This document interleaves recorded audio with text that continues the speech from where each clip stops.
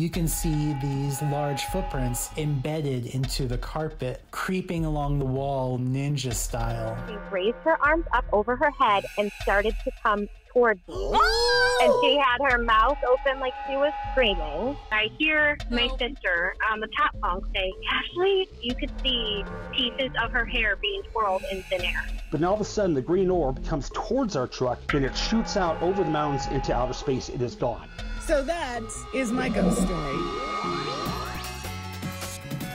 Hi, and welcome to Haunted AF, the podcast of real ghost stories told by real people. We are your hosts. I'm Julie Fisk. And I'm Rebecca Black. So coming up, we might as well call this episode like our evidence episode or something. Because I know so many people sent really cool photos and videos, all kinds of great stuff this week. So that is all coming up. By the way, hauntedaf.com. You can find all of our companion blog stories, everything that we talk about right there. Plus, you can follow us on social media. We're on Facebook, Instagram, Twitter, YouTube, TikTok. And you know what? I'm about to go all kinds of mom on our fans. Please do. Picture me waving my finger saying, y'all better send your stories in right this second because the well is dry. Send your stories to hauntedafpodcast@gmail.com. And do me a favor. Try to keep your stories short and sweet and stick to the facts, because sometimes I will find myself an hour into editing a story and I'm like, what the hell, is she really going to tell us where exactly on the street this house is located again? So don't hate me, but sometimes the long stories get really difficult. And we do have a couple of rules. Remember, it has to be something you've actually experienced, not just something that you sensed, not a really scary dream that you had, though I know sometimes they can be really, really scary. And again, try to just stick to the facts. But send them all, hauntedafpodcast@gmail.com. Got to send big love to Dale Road. He is our newest patron. So head to patreon.com and search for Haunted AF to become a patron for exclusive content like full interviews. I'm going to post the one with Troy Taylor, the guy who wrote about the real exorcism behind The Exorcist. Yeah, I'm behind on posting that. Sorry, but last week was bat crazy here in Texas. So yes, it was. I'm playing a little catch up on that. But every dime we make through Patreon goes directly back into the podcast. So it is a way for you to help us out. And we got to send out a plug for Alicia Madigan. So she's been asking us for weeks to plug her Jabroni radio show. And I haven't had a chance to listen to it. I have no idea what it's like or if it's any good, but she's a huge supporter. So y'all go find Alicia's show on Jabroni Radio. Let's go ahead and talk about Jennifer's Tesla video. If you have not seen that, go to hauntedaf.com, look for the season 5, episode 5 companion blog.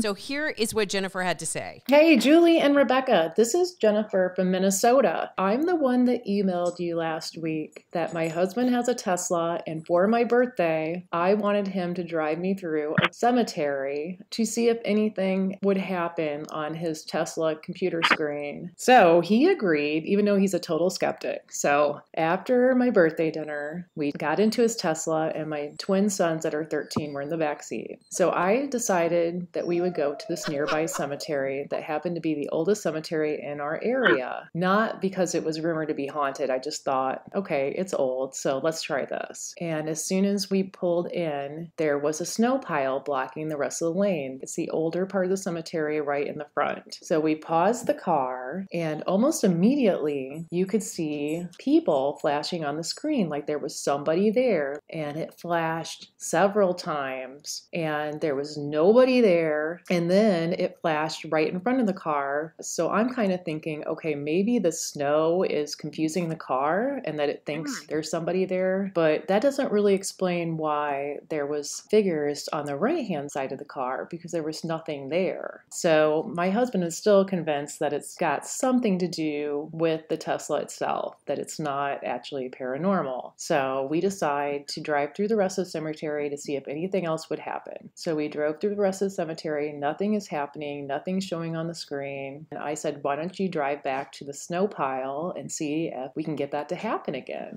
So we pull in there, and now nothing is happening. No figures popping up, nothing. So he wanted to try another cemetery to see if these figures would show up, and maybe it's a Tesla thing, kind of a Tesla joke. So there was another cemetery about 10 minutes from there. We pulled in there. Nothing showed up on the screen. So yeah, I really don't know what happened and why we got so much action in the first minute that we pulled into the cemetery. So I just wanted to share my story with you. Thanks, guys. Thanks, Jennifer, and happy birthday. First of all, I love how you can hear her dog the whole time. Yeah.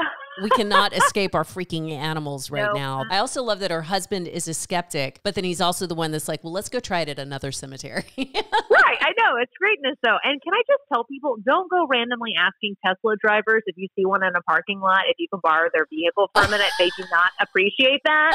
Wait, does that work? No, it did not work. So, like, when the sun came out here in Texas, right, and the snow was melted, we had to go to PetSmart or whatever, and there's a Tesla driver out. And I'm an idiot. I, run up to them, like, hey, can we go to the cemetery? And she's like, no.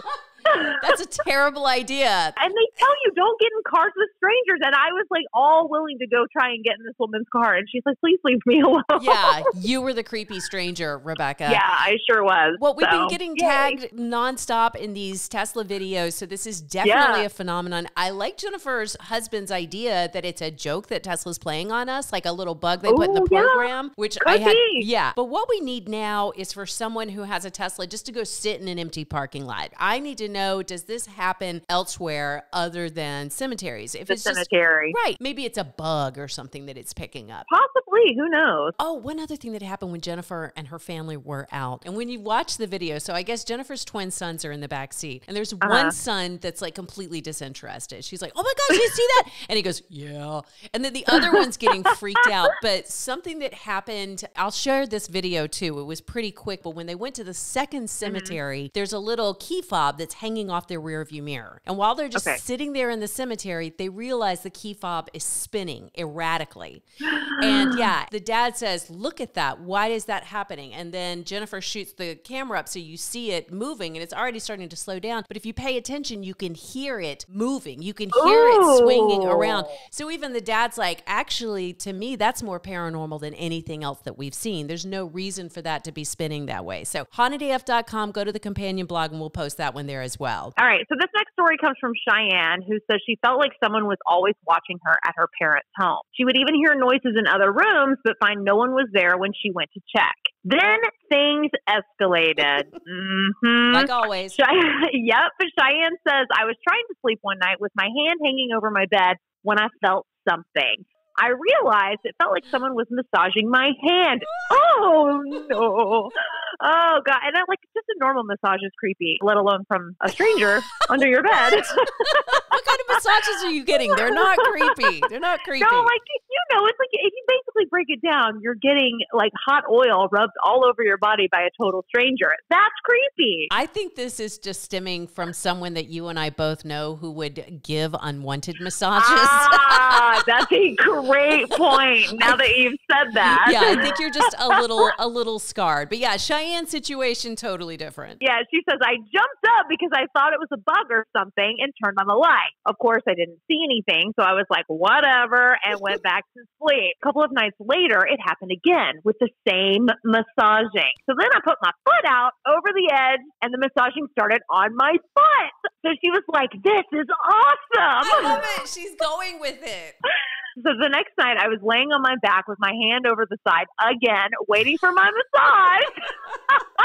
I felt it, but this time it wasn't on my hand. It was going up my leg and moving up my inner thigh.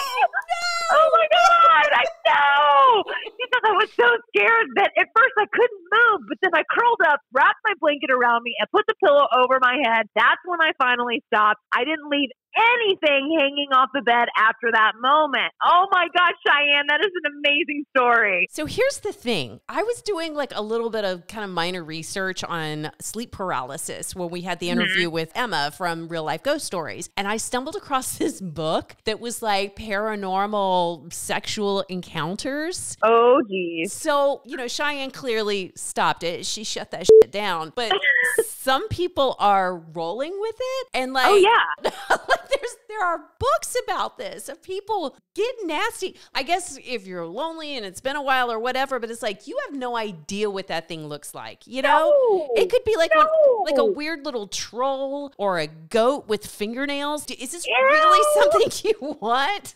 I love that there's like a 50 Shade type book for the paranormal encounters. Do you think they'll make a movie about that? Girl, there's several. There are several.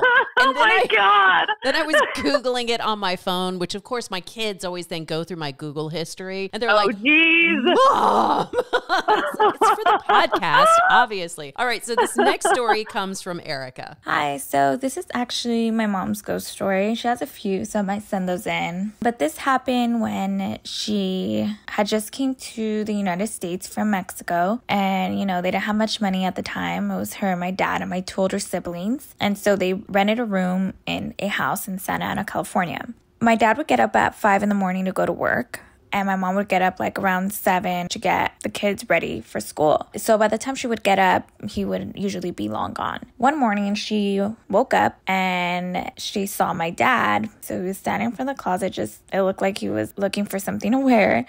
She was kind of freaking out because she thought, like, did you get fired or something? Like, why are you still here? You know, they needed the money at the time. So that definitely wasn't good. So she was already kind of like pissed off. When she asked him, he didn't answer. He just ignored her. So she gets up and she's like, hello, like, I'm talking to you. Did you not hear me? Why are you still here? Again, he continues to ignore her. And she's like, what is wrong with this man? So she goes, and my mom being the hothead that she was at the time, she goes and she smacks him in the back of the head. Her hand goes right through him, like right through him. And this figure just completely disappears. She just smacked the ghost in the back of the head. And so later she asked the tenant, have you ever experienced anything weird in this house? And she said, yes. Oh, by the way, there's a few strange things that happened in this house. I forgot to tell you. So when the house was built, it originally had a pool, and apparently a little boy drowned in that pool. And the dad was so depressed that he ended up killing himself inside that house. But that is her ghost story. Oh, thank you so much for that, Erica. Sad. I know, it's so sad, but the mom's smacking the ghost. No. Like, I hope she doesn't do that on the regular basis where the dad like doesn't hear her or something and she's smacking the back of his head. No, I'm thinking that's a regular occurrence in their household. I think you're probably right. So now it's time to talk about Inez's video. It's something she sent into this. We just posted it on Tuesday. Mm-hmm. We will share it again in the companion blog at hauntedafpodcast.com. Just look for episode 5, season 5. So the video shows Inez watching TV, and it's got a little soft cell tainted love. I had to ask her, I'm like, what are you watching? And I guess it's a scene from Bly House or... Oh, okay. But you just see this shadow kind of move across the bottom of the screen. Watch her cat, because it kind of goes right past her cat. Her cat's name is Eleanor. It's a really cute little kitty. By the way, the thing that passes over the cat, it's kind of big. Yeah. And it's funny. The first time I watched the video, I'm like, I don't see anything. But then when you see it, you're like, oh, dude, there it is.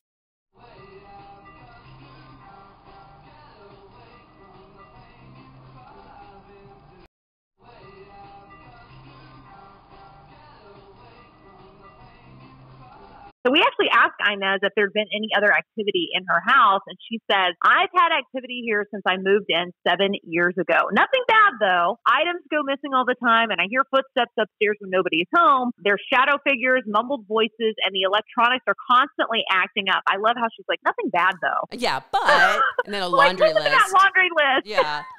She said the weirdest one is, you know the little screws that hold in doorknobs and like the outlet faceplate? Yeah. So she says those screws are constantly coming out. Ooh. She believes that it's the original owner who built the house and died in it. Inez went on to say that behind the camera, there's some windows, but the blinds are all shut so that it can't be sunlight or clouds that are coming through. Because that's almost what it looks like, clouds moving or like a shadow moving. She says that's not what it is. She also goes on to say that she borrowed the camera from a friend to see if she could catch something, and that camera has since stopped working. Ooh. She'd recharged the batteries, but they drained too fast to use. That's like a common thing. So yeah, again, hauntedaf.com, go to the blogs and look for the companion blog so you can see that video. We've been getting some really great videos sent to us from TikTok. I mean, TikTok is like a gold mine of paranormal videos. The thing is, they are really involved. They are like crazy intense. And it's, for me, the more intense they are, like the more I start thinking that they're staged. We're still going to keep sharing them just because we like them. Of course. But then when you look at something simple like the video that Inez sent, which is pretty strong to me, but you compare something really subtle like that to these crazy like videos that Harry McClary is posting where orbs are like bouncing off the light fixtures in his house. You know? And again, we can't vouch for any of those videos. We can't vouch for really anything that we share. On TikTok, no. Right. But the stories that we share here on the podcast, we try to stick to stuff that we feel pretty solid about. Okay, so this next story comes from Pastor Greg. Hi, ladies. This is Pastor Greg. Really love the podcast. I just got done listening to the episode where you shared a ghost story from Gettysburg, so I thought I would send in or at least a couple of my experiences there. My wife, also a pastor, went to seminary at the Gettysburg Lutheran Seminary there. That's right on Seminary Ridge, so it was part of the battle. I was staying in a room that I rented when I went to visit her. And when I was in the room, there was a glass cross on the wall. And I remember waking up in the middle of the night, and this glass cross slid down the wall and was laying at the bottom by the floorboard. Had it fallen, it would have shattered into 1,000 pieces. Second story is actually my wife's story. She had an apartment on campus while she was a student there, and being from Texas, she wanted me to hang up a Texas flag. So we did. It was over her couch, and she would go to class. The flag would fall onto the couch. No big deal, it was just tape. Then she tried poster putty. Again, she goes to class, it falls down, and it's laying on the couch. At this point, she tries thumbtacks. She goes to class, flag falls again. I come over to visit one weekend. She asked me to try to nail this flag to the wall, so I did. Stays for a couple days. She goes to class, and it falls onto the couch. She's convinced that first apartment she had was haunted by a Union soldier. Keep up the good work. Love listening to the show. Have a great day. Thank you, Pastor Greg. Okay, we got to go back to this cross thing. No kidding. How does it slide down the wall? I don't know, but doesn't that make you think? I can't remember which Conjuring it was, but they had like a bunch of crosses. Yes. And they all start upside down. spinning. Yes. Yes. That's a good one. Okay, so this next story has been messing with me for a straight week now. Really? Hey, Julie. Hey, Rebecca. I have a story for you guys that may need some debunking. There's a lot of people in my family that are skeptics, and they just think we're nuts. So let me know what you guys think. Okay, so for a little bit of background, I am from a really small town in Utah, and in the town, we have a place called the Slovenian Home. Now, the Slovenian Home is where all of the Slovenians go to make strudel, to party, to make pizza, all of the Slovenian things. So one night, my cousin was actually having a party there, and they were just drinking, having a good time, and of course they take pictures as one does. So they had their fun, went home, and next day, of course, they go and post all of the pictures from the party on Facebook. So they get a comment on one of the pictures asking, "What's behind so-and-so?" So behind the second guy in the picture, you can see someone or something kind of sitting in the very back of the building, but it's kind of tricky to explain because it doesn't look like a full person. Whatever this is, it's a lot foggier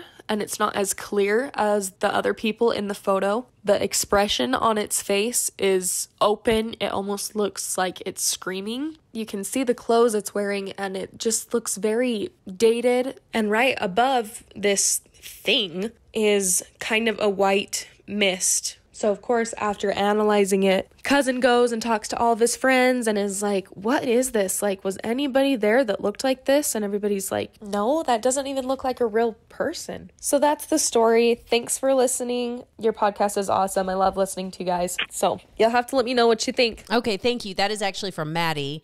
First of all, how do we get invited to one of these parties? No kidding, because it looks like a lot of fun. Yeah, it sounds great. And again, this is another one you're going to need the companion blog, hauntedaf.com.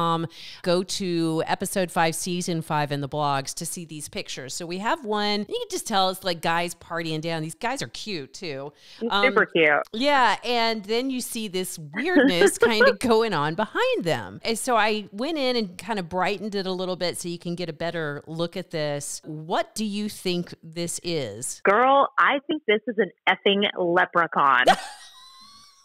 I'm not joking. It looks like a jerky teen redheaded kid, and it looks like he's mocking the guy in the photo, I think, and I think it's his tongue sticking out of his mouth as opposed to him screaming. But do you not think it looks like a leprechaun? No, but I see a face, and I see what looks like it could be a mouth and a hat and eyes and something that almost looks like a jacket. It almost looks like somebody could be yawning. It's really weird. It feels like a solid case of that pareidolia, or where you see something and your brain sees one thing, but then somebody says, no, it's actually this. You know, there's that thing going around on social media right now where it looks like a man with a backpack walking into the woods in the snow. But then somebody says, no, it's a dog. And then you're like, duh, you see the dog. So I feel like it's one of those things where you look at it and your brain says, oh, that's a person screaming. But Maddie did send a picture of what this Slovenian home looks like. And it just looks like a rec center. And you can see that back corner. There's nothing there on the wall. Of course, the guys who were there at the party said they don't know what that is. They can't tell. So, I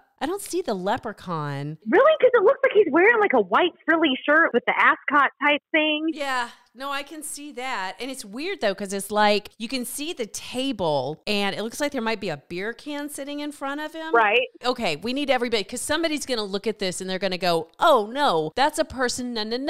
We're all going to go, oh, now I see it. Yes. So whatever your thoughts are, hauntedafpodcast@gmail.com. Fill us in so we can pass this information on to Maddie. So finally, we're going to wrap it up with the story from Alicia. She says, my grandmother had a ghost friend for most of her life. When she was little, she thought he was an imaginary friend, but he never went away. His name was Red, and when I was born as the first grandchild, he was very excited. My parents lived with my grandfather in a house next to a natural reserve park. My mom and dad lived in the basement, and when I was an infant, I had a nursery upstairs. My mother was often home alone with me at night, as my grandfather and father both worked late shifts in a factory. One night, Mom had put me to bed and was resting in the basement when she heard what sounded like men's footsteps going up the basement stairs.